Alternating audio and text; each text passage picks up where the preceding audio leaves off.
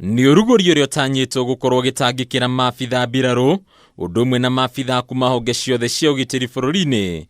Undu uyu ari kiguni kinene gukinyaniria ugima wa mwiri wa maabithaa ugitiri.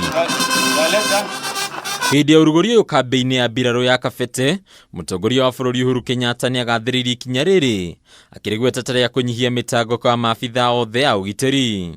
This facility is not just to cater for the welfare of the Kenya Defence Forces, but it is also here to cater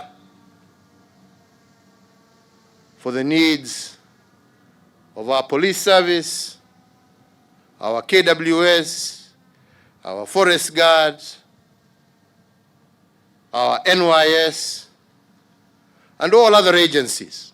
Ningi Mutongoria wa bururi ni ugite thibitari uyu uri uri na itanda 700 ni gutithiriria kugacirithia ugitiri wa Kenya kuona maabithaa ugitiri ni magukorwo maroretwo.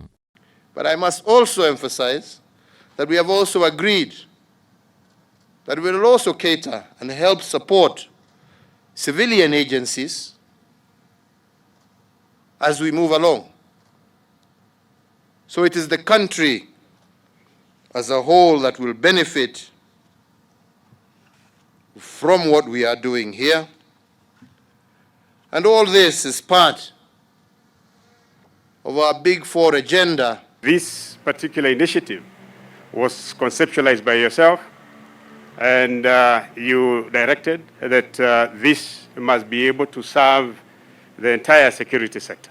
Ningi Uhuru ni ugite mubango uyu ni guteithiriria hanene hari gukinyaniria tabarira ya thirikari ya ugima wa mwiri ya UHC ira ni imwe ya gatagati ga ituge inya nene cia thirikari ya Jubilee. That we are able to give our citizenry our pledge of universal health coverage, and the same is also happening through the Ministry of Health across the country. Very soon we will be opening some additional hospitals here in Nairobi.